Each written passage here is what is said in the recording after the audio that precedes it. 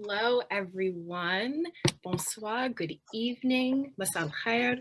I'm going to have to ask in advance that you forgive me for this terrible glare. I do need to have my notes. So technology and age, it's a thing. So like I said, good evening, everyone. It's so good to be here. Such a delight. Thank you for having me. I am so delighted to see some familiar Rick faces. I'm just over the moon, and I was trying very hard not to get emotional during the video as I was thinking about my own time. And so, yeah, just thank you so much for having me.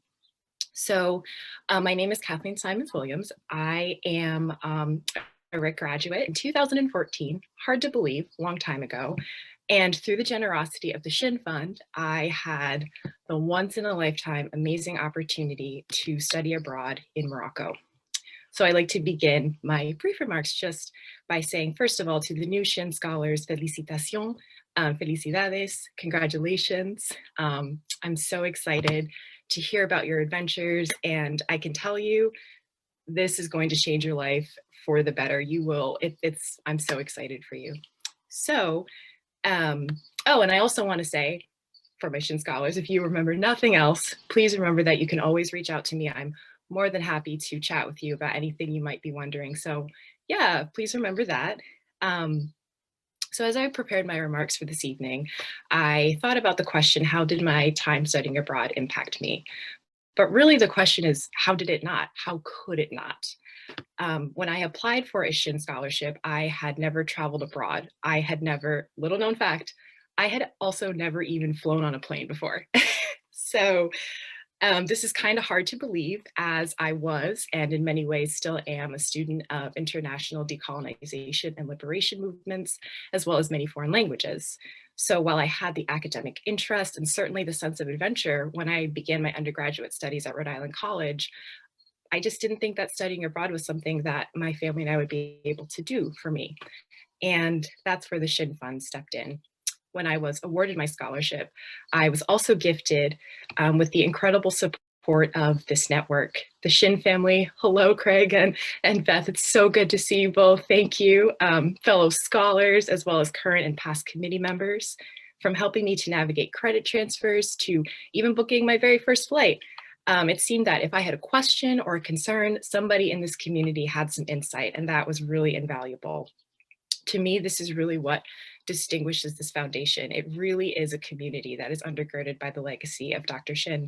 And so when I boarded my very first flight, I can say honestly that I felt well prepared to take on the world. I think my parents would also say that they felt at ease, knowing that even though I had never been abroad, they knew that I was in good hands and that I had the support of this community. So what I was not prepared for, though, was how this experience would absolutely change the course of my life and the lives of the people around me when I returned home. So Morocco, for those who are unfamiliar, is one of 3 kingdoms in Africa. There's 54 countries, 3 are kingdoms, located in the northwesternmost part of the continent.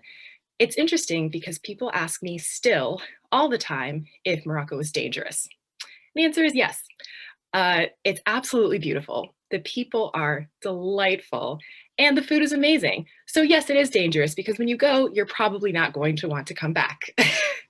And honestly though, if I had all the time in the world, I really could not convey to you the absolute natural beauty of this country, from the Atlantic and Mediterranean shores to the rolling green hills that give way to the Atlas Mountains, and of course, the beautiful expansive Sahara at the Algerian border to the south. I was going to have a digital background of myself riding a camel because that actually happened. That was a thing, but I couldn't get it to work, so you'll have to imagine. Yes, Morocco is absolutely gorgeous. As Jen mentioned, I lived and studied in Meknes, which is one of 4 imperial cities in Morocco. And it is in many ways very quintessentially Moroccan. It's in its mix of indigenous or Amazigh Arab as well as French influences. I lived across the street from a mosque, which was fascinating and amazing because we got to hear the call to prayer 5 times a day. So beautiful. I honestly get a little emotional thinking about it because it was just absolutely so beautiful and so new and amazing. 4 days a week at the university, which was located in a neighborhood called Zitoun, which means olive. We studied Arabic with a lovely professor who spoke no English. This was particularly interesting because we were in beginning Arabic, and so our Arabic was a little bit limited. That said, he was absolutely a wonderful educator. We had so much fun in that class. We learned so much, such that nowadays my Arabic speaking friends actually tell me, oh, your accent is really good. And also, I'm told that my penmanship is still really good in Arabic. So in addition to my studies in the classroom, I also had the opportunity to travel. I traveled all over Morocco. I got to see the entire country. Amazing. Just absolutely amazing. I also was able to travel to Europe. So I had the opportunity to visit a dear friend who I hadn't seen in a very long time in the English countryside. I spent Easter with her family. And interestingly, they're English, but they're also ethnically Welsh, and they speak a dialect that's very particular to their region. And so that was so cool to be able to listen and learn about them and their culture and the specificity of where they were. I also went to Spain, where I roamed museums filled with paintings that I had only ever seen in textbooks and on Google Images. So imagine me, a little art history nerd, at looking at Guernica by Picasso. Just amazing. I'll never have words to accurately describe it. During spring break, my friends and I also ventured to Ibiza. I'm not necessarily here to give travel tips, but I will say, if you are going to Ibiza, right before the tourist season is really the sweet spot. We had the beaches mostly to ourselves, and the coolest part was that we were able to connect with the locals and really just understand who they are, what is their culture, all the different ethnicities and actually different languages that are spoken in Spain, which is absolutely fascinating. Back in Morocco at the university, during our breaks in our class schedule, we had daily informal cultural exchanges with our Moroccan peers, always over mint tea, of course. And if you ever go to Morocco, or if you know any Moroccans, they'll always say, oh, mint tea, they call it le whisky marocain, which means Moroccan whiskey. It's not actually whiskey, it's tea.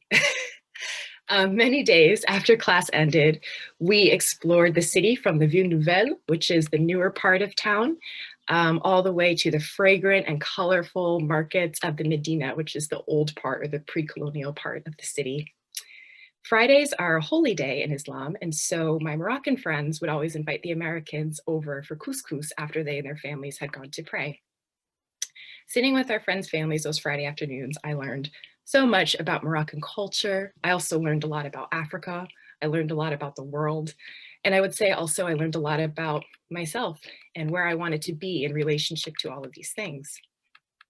I came to understand and deeply respect the rich Islamic origins of the world famous Moroccan hospitality. If you don't know, Moroccans are among the most hospitable people in the world. And so it was amazing to really understand their culture and their heritage and the richness of where that comes from. This was particularly enriching for me because I did not actually have any Muslim friends at the time. I do now, but I did not. So that was amazing to really learn and to understand. During our discussions on Fridays, nothing was off limits, and we got to meet and talk to everyone in the family. My favorite was getting to talk to people's grandmothers. That was my favorite because grannies always have the best stories. We discussed religion, politics, gender, colonization, and of course, always solidarity and what that looks like. So all of that is to say that really during my time abroad, I learned to appreciate nuance and to witness people as they are, not as I think they should be or as they are. I also began to think seriously about my own self and what it means to be me in the world, an Indigenous Narragansett Pequot person, an African-American person studying in the global South. I began to understand myself and my communities in a global context. Nowadays, this is what we would call intersectionality. We didn't have that word in 2013, but this is what we would call intersectionality nowadays. But what I took away was much more than simply an intellectual understanding of this concept. I learned truly how to connect with people beyond ideology and beyond intellectual exercises, and to really always be oriented towards connecting with people and finding similarities and common ground. To that end, in the 8 years since my semester abroad, I can't believe it's been 8 years. 8 years since my semester abroad. I have since found myself in social work. I have worked mostly with marginalized communities in New England, and it's been absolutely wonderful. And I can tell you that without a doubt, and I will die on this hill all the time, the most important tool that I have in my bundle is my time abroad in Morocco, without a doubt. I'm able to confidently and effectively interact with people, with clients and families from all over the world, which I do regularly. And even if I'm not totally familiar with the intricacies of a client's cultural background, I know enough to know when I don't know, and I care enough to go find out. Would not have had that orientation had I not been given the opportunity to go abroad. And so I'll always be grateful for that. So this is not, of course, to suggest that social work skills are not important, but I would argue nowadays, probably more than ever, if you don't have that expansive global perspective that respects people both as individuals and as products of their culture, honestly, the social work skills might do a little more harm than good. So this probably sounds a little bit meta, but I'm telling you from my experience in the field that this really does matter and make a difference for clients who are used to being unseen and to having their histories flattened and erased. So obviously, as you can tell, I think a lot about the continuing impact of Morocco and what it's had on me. I thought about it probably even more in the last year, mostly because my former classmates and I were going to go back. It would have been our 7-year anniversary. And of course, that got canceled. It's been a turbulent year, obviously, and I would say probably, especially so in the United States. I'm sure I don't have to remind you all of that. And so to that end, I would argue that probably now more than ever, we really do need engaged global citizens.